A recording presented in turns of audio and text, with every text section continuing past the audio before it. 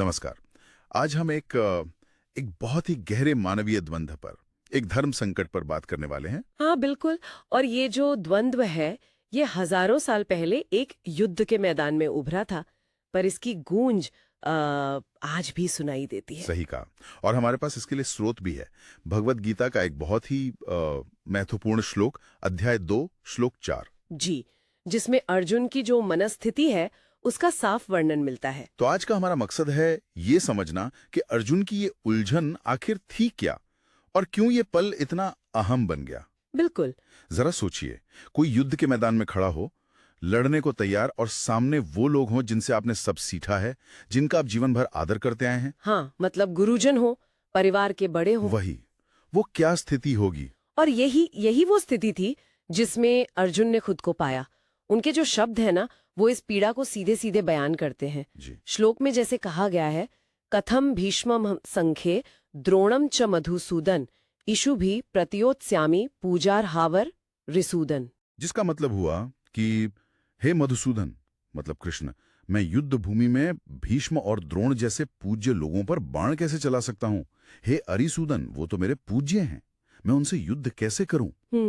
ये सिर्फ एक सवाल नहीं लगता है ना, इसमें एक गहरी पीड़ा है, एक ठहराव है, जैसे वो सच में पूछ रहे हों ये मुझसे कैसे होगा। बिल्कुल, ये एक तरह की असमर्थता की भावना है, एक नैतिक संकट। और यहाँ ये समझना बहुत जरूरी है कि भीष्म और द्रोण अर्जुन के लिए थे कौन। हाँ, ये सिर्फ विरोधी सेना के एक योद्धा तो नहीं थे। बिल्कुल नहीं, भीष्म उनके पितामह थे, कुल के सबसे सम्मानित व्यक्ति।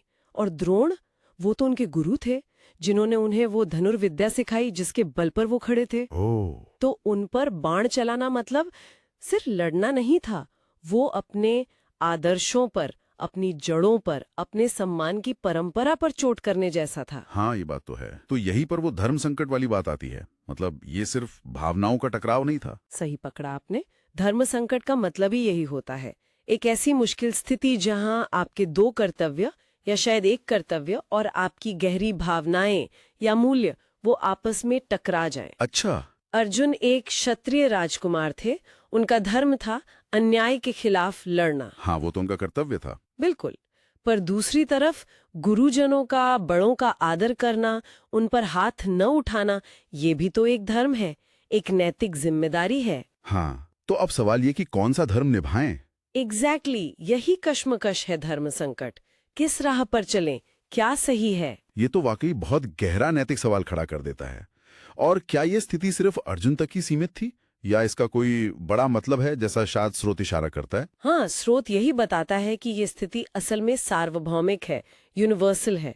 अर्जुन का ये जो दुख है, ये जो कंफ्यूजन है, ये हर उस इंसान की कहानी बन जाती है जो जीवन में कभी न कभी ऐसे मोड़ पर आता है, जहाँ कर्तव्य कुछ और कहता है और मन की भावनाएं, रिश्ते वो कहीं और खींचते हैं।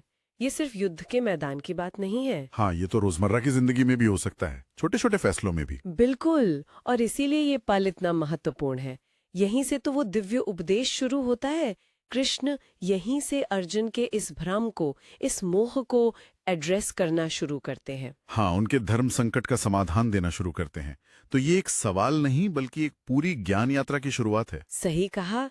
ये क्षण अर्जुन को और शायद हम सबको भी कर्म क्या है, धर्म क्या है, आसक्ति क्या होती है, सही फैसला कैसे लें, इन गहरे सवालों के सामने खड़ा कर देता है। मतलब ये सिर्फ भीष्म और द्रोण पर बाण चलाने या ना चलाने का सवाल नहीं रह गया था। नहीं, बिल्कुल नहीं। ये सवाल बन गया था कि जब हालात मुश्किल हों, जब भावनाएं हावी हो रही हों, तब भी अपना असली कर्तव्य कैसे पहचानें, कैसे निभाएं, सही और गलत का आधार क्या हो। तो अगर हम इसे संक्षेप में कहें, अर्जुन की पीड़ा का कारण था अपने ही पूज्य गुरुजनों और पितामह के खिलाफ शस्त्र उठाने की मजबूरी। हाँ, और उससे पैदा हुआ गहरा दुख और ये धर्म संकट, एक ऐसी स्थिति जहां उनका क्षत्रिय धर्म और उनके व्यक्तिगत मूल्य, उनका आदर, उनका स्नेह, वो आमने सामने आ गए थे। बिल्कुल। और यहीं से शायद हम अपने श्रोताओं के लिए एक विचार छोड़ सकते हैं। हाँ, जरूर। कि जब हमारे अपने मूल्य, किसी के लिए हमारा सम्मान या स्नेह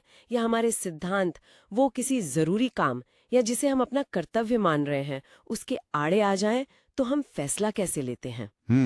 ये तो सोचने वाली बात है। हाँ, ऐसी स्थितियों में मार्गदर्शन कहाँ से मिलता है, जहाँ दिल और दिमाग, भावनाएं और जिसे हम अपना धर्म या फर्ज समझ रहे हैं वो टकरा रहे हों? ये सवाल शायद हमेशा हमारे साथ रहेगा।